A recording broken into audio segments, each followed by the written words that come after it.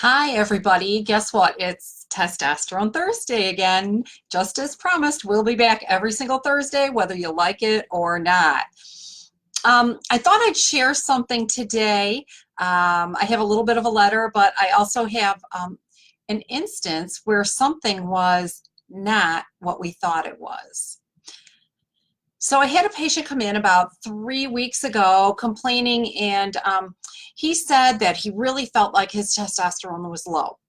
So of course we had labs done, and the numbers came back and everyone was surprised.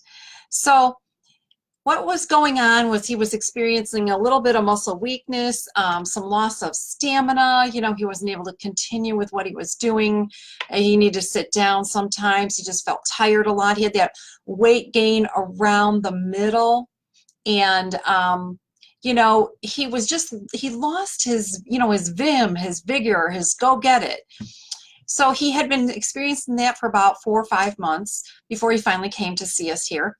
And one of the things that happened was we had gotten some testosterone numbers on him, but we had also gotten the rest of the piece of the puzzle. So you cannot just look at yourself as one specific thing. Like if you had toenail fungus, you can't say, oh, it is the toe that's bad. No, the toe is the place that it's presenting itself.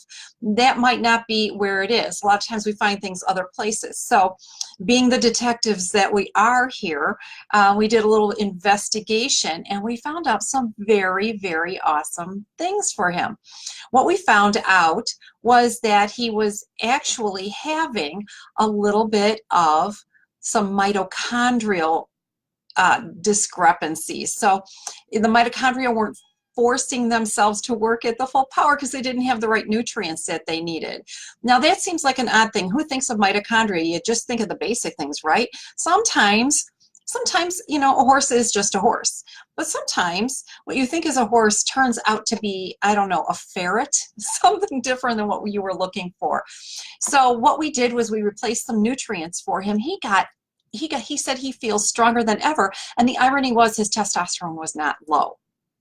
Now, I know a lot of people will tell you when testosterone is low, hey, Di, when testosterone is low, that these are all the symptoms, and that's true.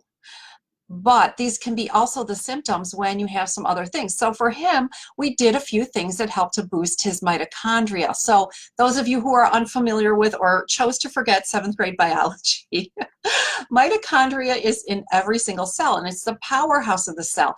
It's the part of the cell that will go ahead and produce energy. Now, every single cell has very, very many mitochondria in it, and the mitochondria, or the cells of the heart, have a lot more mitochondria than anywhere else. So his energy problem was not his testosterone, and he found that very interesting. Well, guess what? We did a few more things to help him succeed at getting those mitochondria going. We did a couple of things to help give him a little bit of energy in the meantime without damaging him, because you don't want to take somebody who's already struggling and put the pedal to the metal and burn out other systems.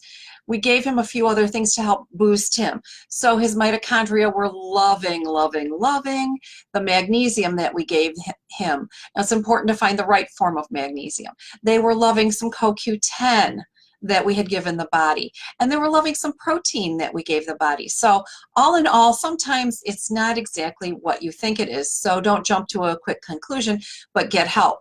Which brings me to a letter I got from a guy named Gary.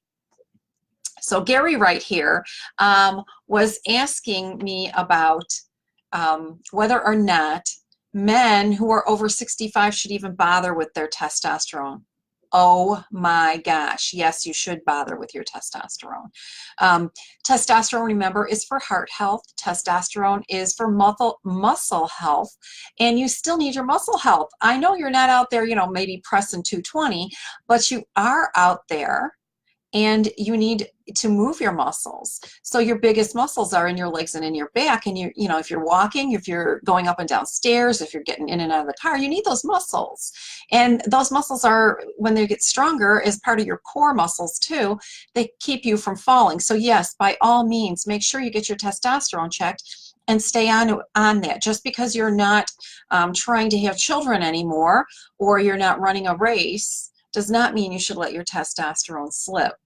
Now, some men will just get a little feisty about getting that checked. Nothing's wrong, nothing's wrong.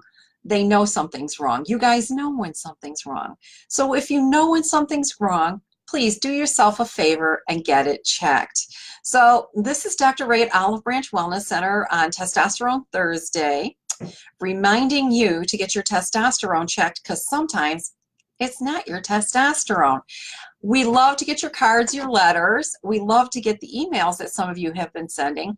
We also love to hear from you any other way you want to let us hear from you. Remember, no question's too stupid. And I'm signing off now. Remember, this is Dr. Ray. I don't watch sports. I only watch hockey. Thanks. Have a great week.